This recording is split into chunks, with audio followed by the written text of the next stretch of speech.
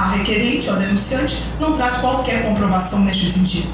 São acusações inverídicas, acusações infundadas. Todas elas poderiam ter sido provadas com certidões, que no processo efetivamente não aconteceram. E ainda, que poderiam ter sido comprovadas efetivamente com concretização do negócio, o que também não aconteceu. Senhores, por achômetro, ninguém pode ser processado disciplinarmente. Por achômetro, ninguém pode ser condenado em um processo disciplinar como este. Estranha as alegações do denunciante. A denunciante diz, possivelmente a corretora recebeu os honorários. Se a denunciante diz que possivelmente a corretora recebeu os honorários, como ela quer receber a parte dela? Se ela que sequer comprova que a corretora recebeu, ou ela sequer acredita que a corretora recebeu, senhores. Nós estamos falando de um simples achômetro. E ela diz em sua petição inicial, possivelmente a corretora recebeu essas comissões. E eu não. Mas possivelmente é o quê? Nós precisamos efetivamente definir um processo com provas concretas, com fatos verídicos. Não dá para se julgar desta maneira a credibilidade, a idoneidade de uma instituição que está no mercado há tanto tempo. O denunciante não sabe se os representantes receberam ou não, se os representados receberam ou não. O denunciante não sabe efetivamente qual foi a infração praticada. Então eu pergunto aos senhores, quem efetivamente está agindo com deslealdade nesse processo? Eu pergunto mais aos senhores, quem efetivamente está comprometendo a dignidade de sua profissão? E pergunto ainda, quem de verdade está manchando a nobre carreira de corretor que todos os senhores exercem? E acusando e causando dano irreparável a um outro colega de profissão. Utilizando, inclusive, senhores, palavras de baixo calão. Se tiverem a oportunidade de olhar o processo, acredito que tenham feito, palavra de baixo calão.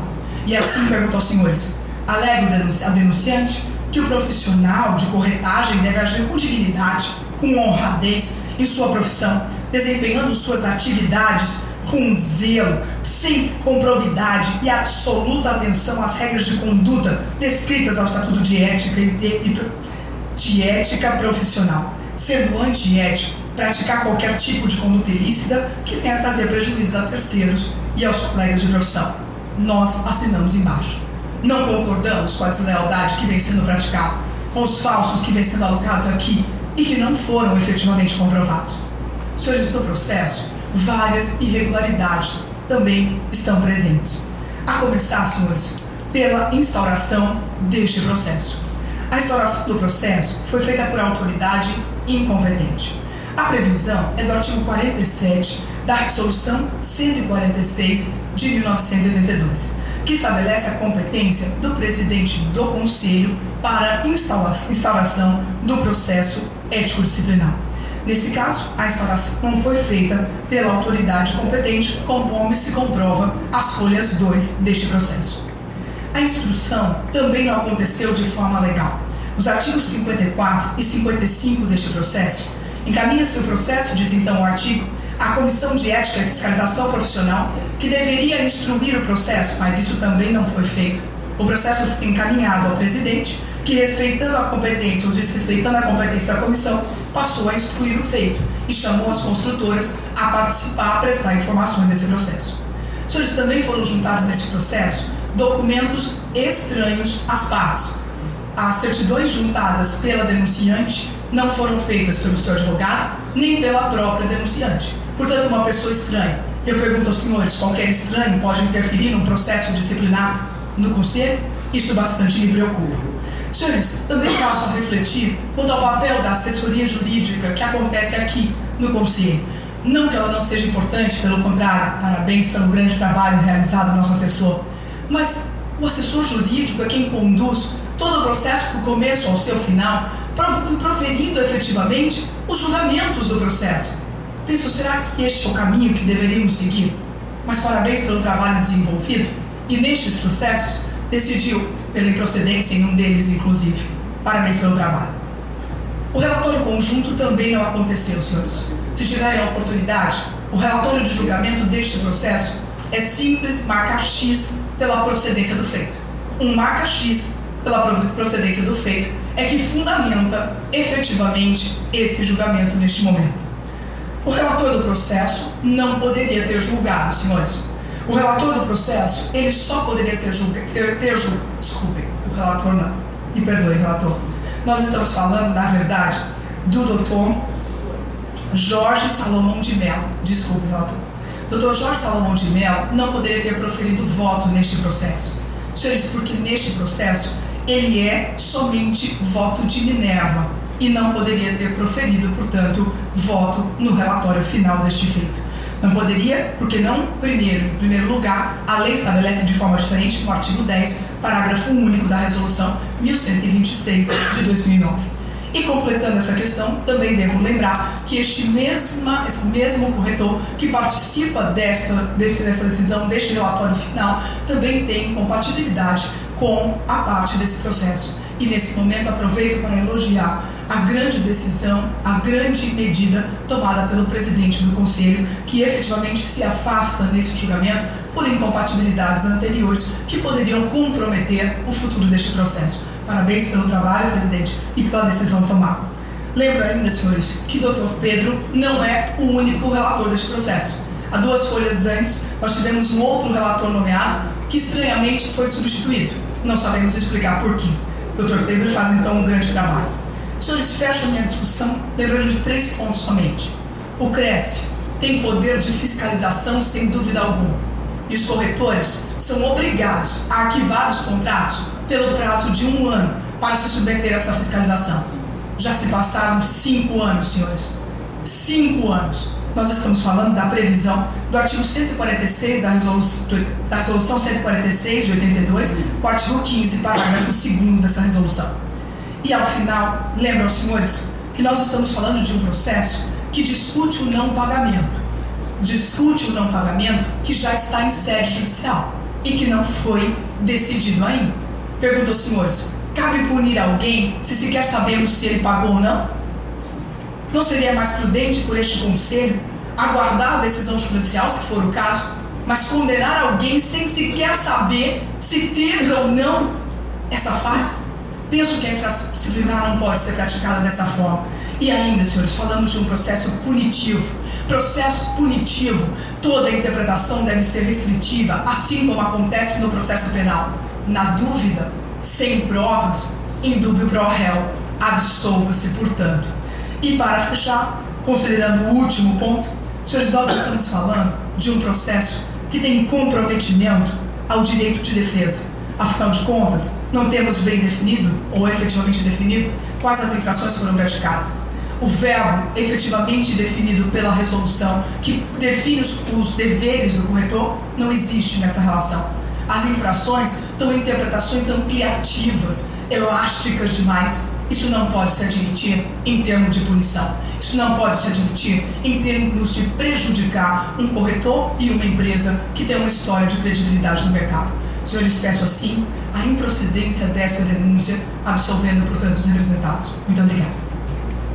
Agradeço as palavras da doutora Fernanda Marinello e gostaria de esclarecer, doutor Tadeu, a doutora em seu pronunciamento. Eu acho que vale a pena, como presidente dessa casa, esclarecer para vocês que realmente as ações que estão aqui é contra a empresa.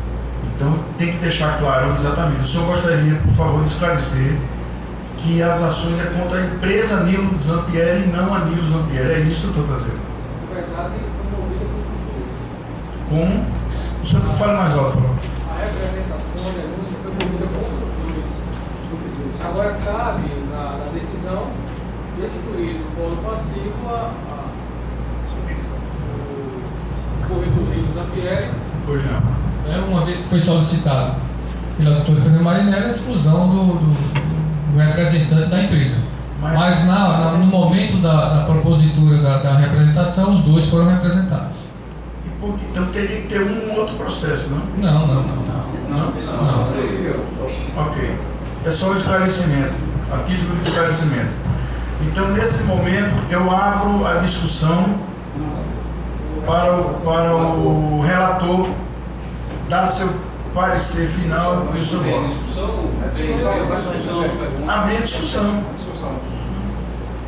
Antes dele proferir o voto. Alguém quer tirar alguma dúvida? Ordem de inscrição, por favor. Gesso. Gostaria que o assessor com o microfone pudesse nos auxiliar aí passando isso, para poder ficar todo mundo ouvindo o que é que está acontecendo. Conselheiro relator, foi falado aí em relatório de construtoras, da própria denunciada, mas eu quero saber se o senhor pode esclarecer qual documento comprobatório que foi a corretora denunciante que intermediou a negociação, se tem alguma prova concreta. Na realidade, Por gentileza, vamos ouvir o relator e quem quiser perguntar alguma coisa, se inscreva. na realidade, conselheiro Inácio, os documentos que foram acostados, eu, relator, entendo ser frágeis demais. Aqui, se você folhear este processo, se é que não fez, você vai observar que os documentos que foram apresentados são documentos que não representam como se fosse a legitimidade ou documentos que você poderia fabricar em qualquer lugar. Tá certo? Você poderia fazer da sua forma. E da forma como está aqui, inclusive com anotações aqui, ó, construtor, Assunção, não sei o que e tal. Tem aqui, não tem nada específico dizendo que ela tirou uma proposta, que pegou a assinatura do comprador, que ela pegou e acompanhou o desenvolvimento dessa venda tirou uma cópia do contrato que foi feito dessa venda com a instituição financeira, que o próximo passo teria, no caso aqui, para o processo, que ela tivesse pego a certidão de registro e juntado tudo isso, para dizer assim, eu vendi, está aqui a proposta, o contrato e o imóvel já está em nome do meu cliente. Aqui está tudo de forma genérica, e é por isso que eu friso, passaram-se 1.500 dias para se tratar do assunto. Ok. Só um instantinho. Até porque a simples proposta ainda não é documento concreto. Uma certidão de ônus também não é um documento concreto que tenha a efetiva participação na denunciante.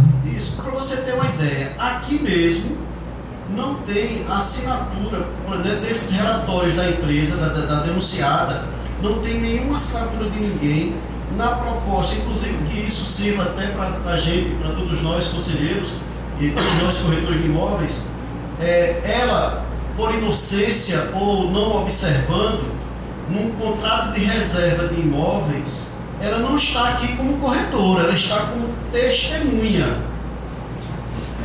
Está aqui como testemunha. Então, assim, são coisas Ok, está esclarecida essa parte. Eu gostaria de passar a palavra. Concorda, Inácio? Eu quero passar a palavra para o senhor conselheiro Gerson. Por gentileza, seja breve, por favor. Obrigado. Boa noite. Ela está com. Eu tenho uma pergunta para fazer, doutora. Mas ela está como testemunha no documento de reserva? No contrato de reserva, nesse caso especificamente, tem diversos documentos intitulados como contrato de reserva, que ela aqui sequer colocou um carimbozinho de corretora. Aqui, aonde ela... Esse contrato de reserva é da empresa, da Zampieri Imóveis? Isso, da Zampieri. É da Zampieri Imóveis. Isso, da Zampieri. Então de fato, ela teve essa parceria, vamos dizer assim, como a doutora falou, que ela houve um momento de parceria, como ela seria autônoma, na verdade. Eu vou permitir que a doutora esclareça, já que você falou no nome da doutora. Por favor, doutora. A questão é a seguinte, ela aparece nos documentos que ela mesma juntou no processo como testemunha. São documentos que ela alega que são da Zampieri, mas ela mesma que juntou na denúncia desses documentos em que ela aparece como testemunha, ela que juntou. Houve sim parceria feita entre ela e a empresa, isso não é negado em nenhum momento, mas todas foram pagas, todas foram cumpridas. E nenhuma não paga teria sido apresentada nesse processo.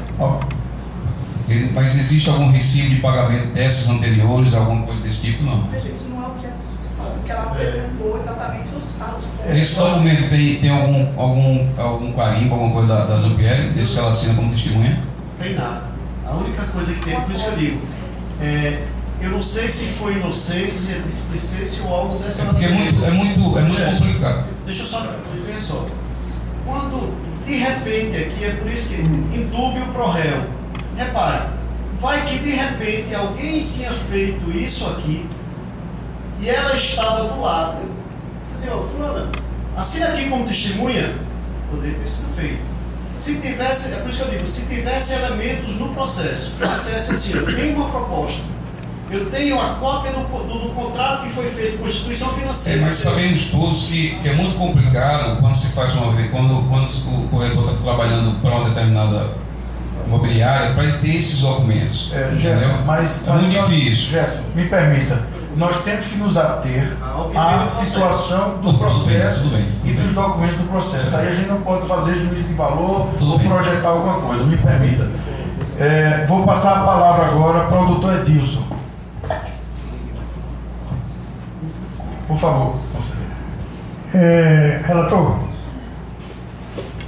existe no processo alguma citação da corretora, acho que até que ele nasce já fez essa pergunta, mas existe no processo alguma relação, algum documento que comprove que houve pelo menos uma informação, uma apresentação desse cliente? Porque é o seguinte, nos processos de Minha Casa Minha Vida, se fazia reserva só, não tinha documento.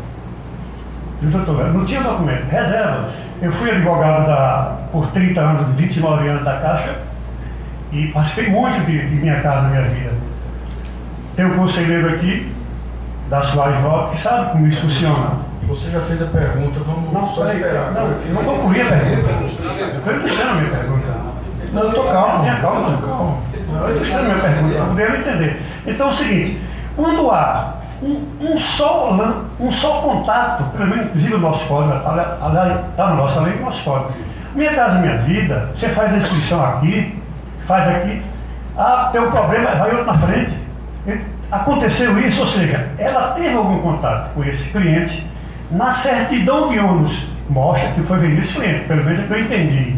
Agora o que você está dizendo aqui, que tem, os documentos são poucos que comprovam essa ligação, mas se teve um mínimo de contato, no meu entender, é devida à comissão. Existe no processo algum contato, porque assim, eu me imagino, a pessoa simplesmente vai botar um empenho na justiça sem nada?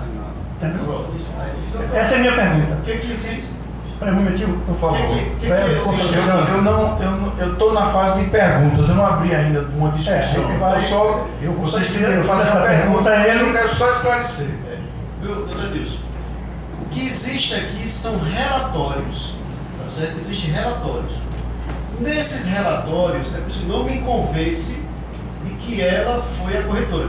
Esses relatórios são feitos pela imobiliária? Aqui está com timbre da imobiliária? Da imobiliária. Porém, não consta assinatura. Existe. Doutor, por favor. Deixa. Por favor. Estou fazendo pergunta com o conselheiro. Depois eu posso até discutir com você. Aí o que acontece? Existe o timbre da imobiliária, não existe a assinatura de ninguém, existe aqui um manuscrito que eu creio, possivelmente é dela, tá certo? É como se estivesse querendo colocar mais alguma informação em cima do documento, tá certo? E o resto não diz nada. Por exemplo, essa listagem de aluguéis não é objeto daqui. Pelo menos ela fala, quando ela fala na representação, fala de vendas que foram realizadas, salvo o melhor juízo de todos aí. Mas até mesmo nessa listagem dos aluguéis, não dizem nada. Por exemplo, não diz que foi ela que apresentou, que foi, não. Aqui aparece o nome de várias pessoas, inclusive o dela, mas ninguém sabe o que foi que aconteceu, se isso vingou, se não vingou, se... É por isso que eu digo, aqui é frágil, tá? No meu entendimento. Na certidão de ônus, não coincide o nome dessa pessoa? A certidão de ônus, aí repare, a certidão de ônus tem uma aqui que é de uma empresa que não é nenhuma dessas duas que ela falou. da EMEGE e nem da Assunção. Aqui tem uma Varuna Empreendimentos. Entendi. Aí assim, é por isso que eu digo, para a gente, como o Gerson falou, eu creio o seguinte: as construtoras, o corretor, ele tem o poder de elevar o empreendimento, elevar o nome da construtora e também tem o poder de deixar a construtora lá embaixo. Se não são de acordo com o que nós necessitamos para que a gente resguarde os nossos honorários, é fácil. Se ninguém for vender, eles não vão conseguir colocar o empreendimento dele no mercado. Mas se todos nós, se a gente for se curvar a isso e depois for discutir aqui, não vai ter sucesso. A meu ver, não vai ter sucesso. Eu estava conversando com um colega corretor antes da plenária, situações como era que era convivido um negócio desse. Eu deixei de fazer por conta de que isso é uma coisa incerta. Então assim, o que eu vi aqui, o que eu vejo nesse processo são provas frágeis. É isso que eu observo. Né? Muito bem. Eu ainda estou aqui, só quem estava inscrito falou. Alguém mais quer fazer alguma manifestação? O senhor é parte em outro processo, não pode falar agora. Viu? No seu processo o senhor fala.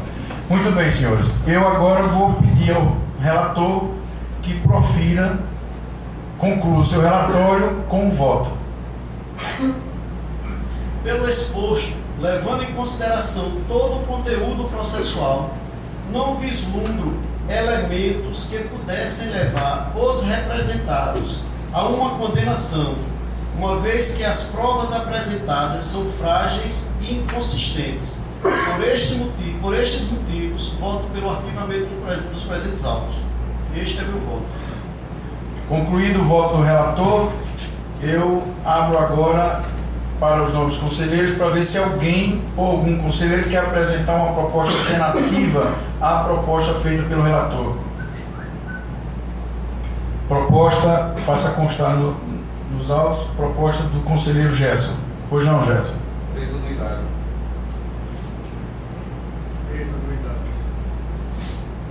Bom, então, alguém mais tem alguma proposta para fazer? Não tendo ninguém com nenhuma proposta, coloco em votação. Aqueles que estiverem com o relator, permaneçam como está.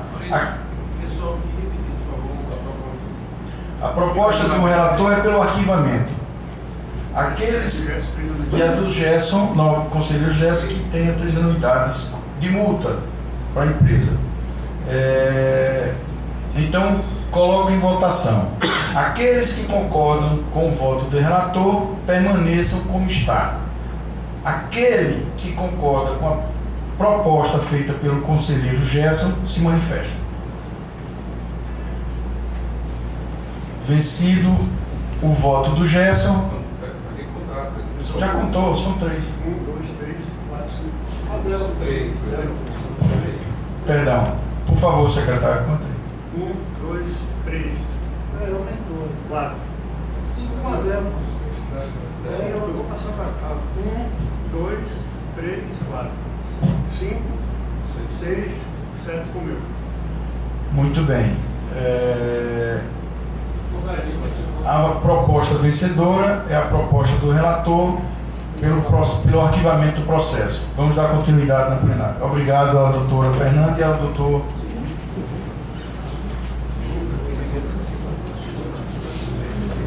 Muito bem.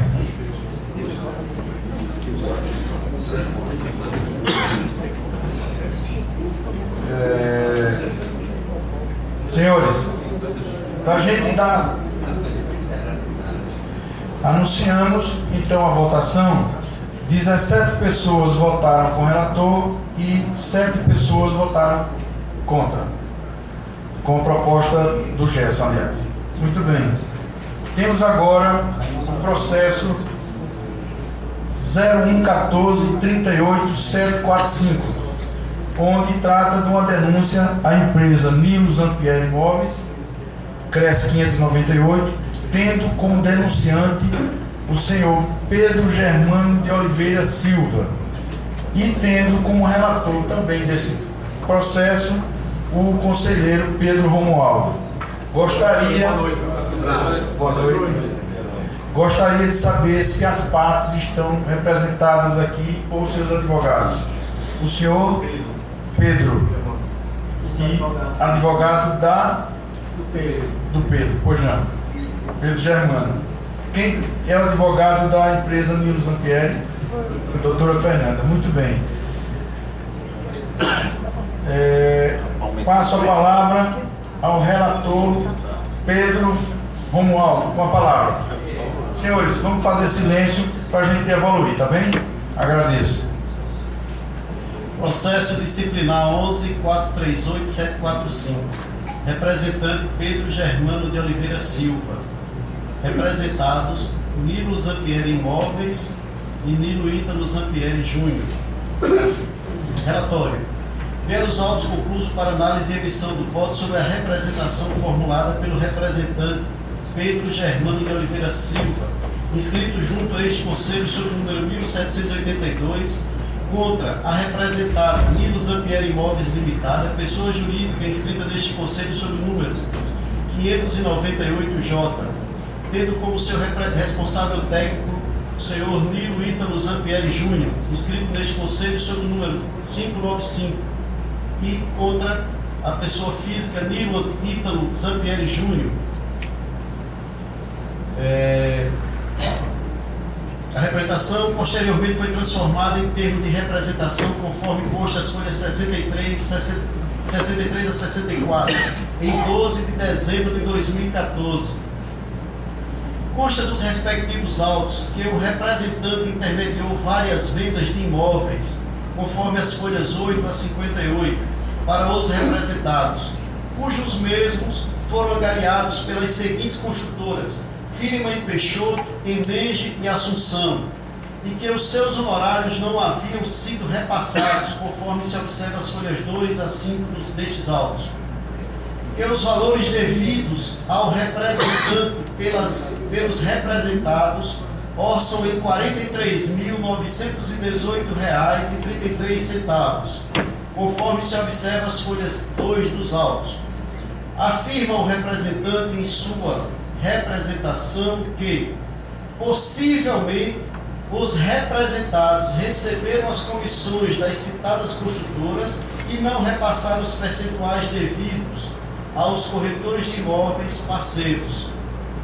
Que os atos praticados pelos representados infringem a legislação pertinente à conduta do corretor de imóveis no exercício da profissão, conforme preconiza a Lei 6.530/78 e suas alterações, bem como as resoluções emanadas do COFES, do Conselho Federal de Corretores de Imóveis.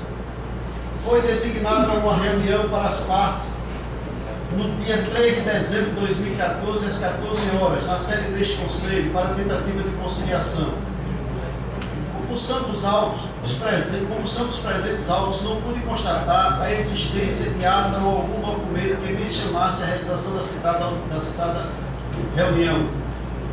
O parecer preliminar emitido pela ACEJU foi pela lavratura do termo de representação, conforme se observa as folhas 62, cujo mesmo sugere a aplicação de sanções disciplinares contidas nos dispositivos, artigo 3º, inciso 6º, 7º e 11º. O artigo 6º, inciso 7º e 10º da resolução COFES número 326/92. No dia 12 de dezembro de 2014, foi lavrado os termos de representações contra a representada Nilo Zampieri Imóveis Limitada e Nilo Zampieri Júnior, conforme se observa as folhas 63 a 64. Os representados apresentaram a defesa, conforme se observa as folhas 66 a 88. Em tese, afirmam, a princípio, nada deve ao representante, mas reconhece que, diante da fragilidade humana, pode ter cometido erros e que bastava tão somente que o representante apresentasse quais eram as comissões que não haviam sido pagas, e de pronto as receberia, desde que provasse, o que o representante não fez. Palavras dos representados. Sobre os documentos apresentados pelo representante, os representados desconhecem os mesmos, uma vez que características peculiares aos representados, as folhas 94, não estão inseridas nos mesmos, contribuindo ainda mais para desenvolver um sentimento que nada deve ao representante. Os representados reafirmam constantemente a sua certeza de que nada deve ao representante, bem como jamais praticou ato que fosse de encontro ao ordenamento disciplinador da profissão de corretor de imóveis, de acordo com a Lei 6.530/78 e as resoluções do CONFES. O representante, pelo contrário, o representante em suas assertivas macula a imagem dos representados, construída há mais de 20 anos. A ACEJU apresentou cota de vista, sugerindo à Coordenadoria de Fiscalização que diligenciasse junto às construtoras mencionadas nestes autos, para que se pronunciasse sobre o repasse de comissões para os representados, conforme se observa as folhas 137. Consta as folhas 138 a 140 que as construtoras Enege, Assunção e Firma e Peixoto, visitadas nos presentes autos, foram oficiadas para se pronunciar sobre o assunto. A Enege, como resposta ao ofício Cresce/Prest número 09/2015, informou que todos os valores devidos aos representados já foram devidamente pagos, conforme se observa as folhas 142. Firma e Peixoto, como resposta ao ofício Cresce/Prest número 11/2015, informou que todos os valores devidos aos representados já foram devidamente pagos, conforme se observa as folhas 143.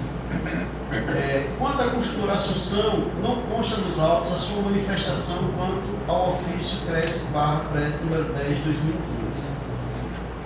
Pedro Germano de Oliveira, o representante, apresentou um requerimento juntando aos presentes autos uma proposta de compra, 2 notas fiscais eletrônicas, 2 recibos e uma certidão de ônus. Estes documentos corroboram para a comprovação de que o representante vendeu e não recebeu a comissão devida, conforme se observa as folhas 145 a 150. Palavras do denunciante.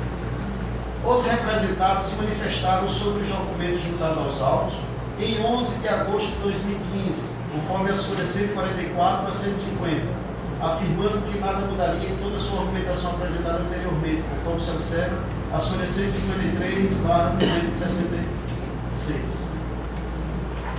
Existe nos autos uma declaração da senhora Mona Lisa Vanessa, gerente de financiamento dos representados, dando conta de que o representante não participou das negociações para a venda do imóvel apartamento 606 B do condomínio residencial Miramar, tudo em conformidade com as folhas 167. Os representados, as folhas 169 a 179, requereram a juntada da sentença prolatada pela senhora juíza da 8ª Vara Civil da capital do estado de Alagoas, nos autos 0708-385-37/2015.8.0201, ação de cobrança ajuizada pelo representante, cuja mesma, de maneira resumida, informa que o representante não conseguiu provar o alegado, ou seja, que os seus argumentos e provas foram insuficientes para levar à condenação das representadas, ou dos representados. Na respeitável sentença prolatada, as folhas 180 a 205, o representante foi condenado a pagar por litigância de má-fé, uma vez que o mesmo estava cobrando R$ 43.918,33, mas reconheceu o recebimento de R$ 25.140,77, conforme se observa as folhas 208. Documentos estes juntados pelos denunciados. O parecer conclusivo da ACEJU, conforme as folhas 211 a 213, foi pela procedência do termo de representação, sugerindo a aplicação das sanções disciplinares contidas nos dispositivos, artigo 3º, inciso 1º, 6º, 7º e 11º da Resolução CONFES 326/92. O coordenador de fiscalização informou que os representados não são reincidentes, apresentou as defesas e não possuem pendências financeiras para com este conselho, conforme se observa as folhas 214. A primeira turma da CEFISP, Comissão de Ética e Fiscalização Profissional, em julgamento, opinou pela procedência da representação, sugerindo uma multa de 10 anuidades, conforme se observa as folhas 207. Eu não vou ser repetitivo, mas o processo é semelhante ao outro e tem umas observações que eu fiz aqui.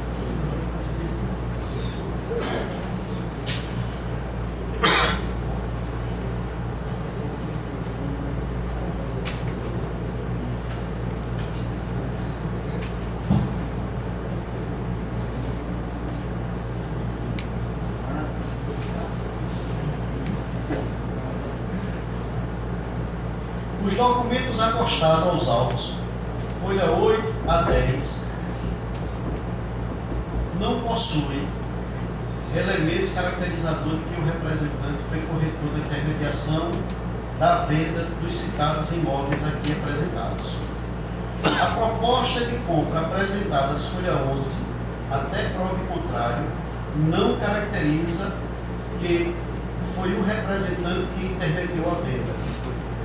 Observa-se que na parte inferior do citado documento, termo de aceitação do vendedor, consta um texto e uns espaços vazios a serem preenchidos pelo corretor intermediador no momento da venda.